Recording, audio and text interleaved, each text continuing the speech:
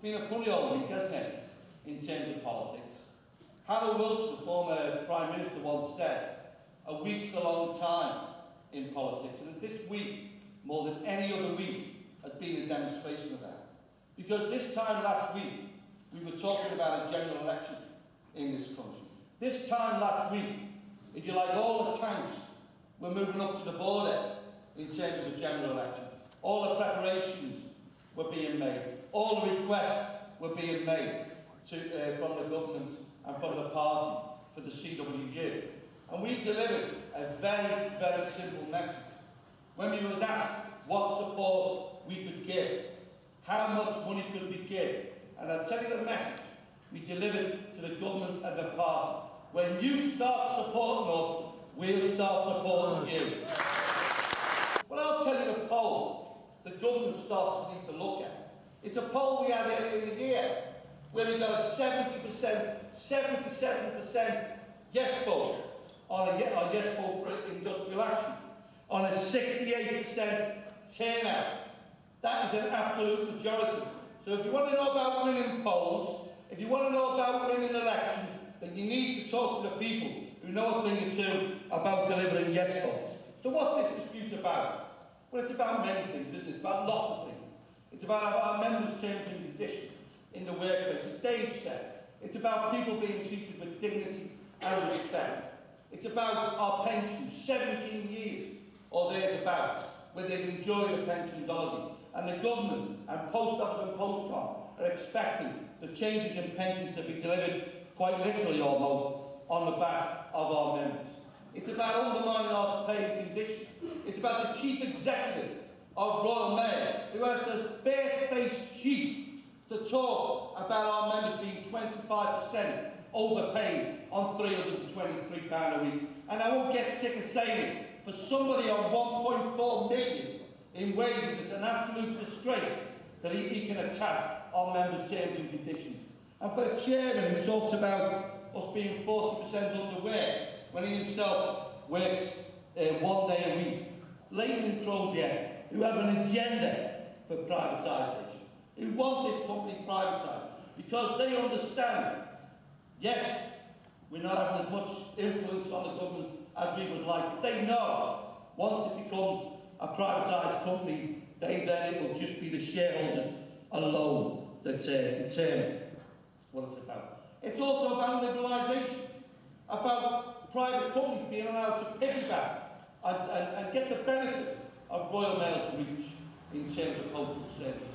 More mail is delivered than ever by postal workers, and yet the competition, it was great fun, wasn't it, to see Guy Buswell on the television today moaning about the strike, because this competition, who can do everything, better than us, all their vehicles are stuck, the mail is stuck in the mail centre, because they rely on us to deliver that mail. That's what this is about.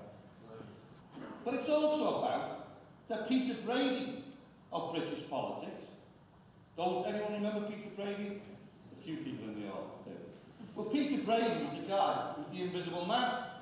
Where is John Hutton? This is the minister, the cabinet minister, responsible for the post office.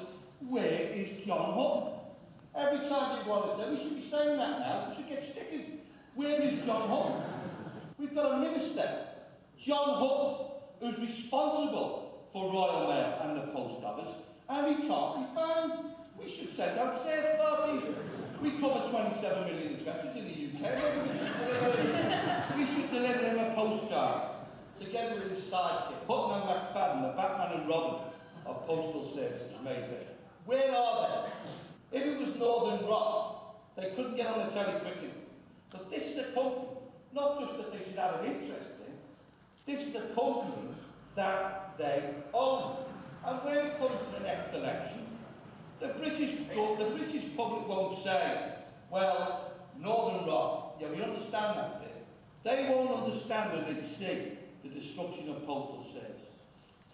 They had a consultation on post office in today's left page of the Guardian. They said we're looking at closing 2,500 post office counters. They had the consultation, and what happened? At the end of that consultation, 2,500 post office counters are being closed. That is not acceptable in this day and age. That's not a consultation, that's a farce. So we have to put the pressure on the government, and we have to warn the government the consequences. You see, because when they talk about swing votes, they take us for granted. They see us on our graveyard, C2, C3, C5 or whatever in the sociological term. They take the trade union movement for granted. And yet last week, we had a little demonstration in that little bit before there wasn't going to be an election, and there was going to be an election. All of a sudden, they wanted us again. But you see, as I said before, support, it goes both ways. We will win this dispute. No doubt in my mind whatsoever, we will win this dispute. We will win it because we're solid, because the issues are right, and the solidarity is there. This government better start listening to the people who put it into power, because if they don't, they'll pay the consequences. They have to start listening to us. And Gordon Brown, I'm giving this message, as was said earlier on, you need to just pick up the phone and tell Leighton and Crozier, get this bleeding dispute sorted.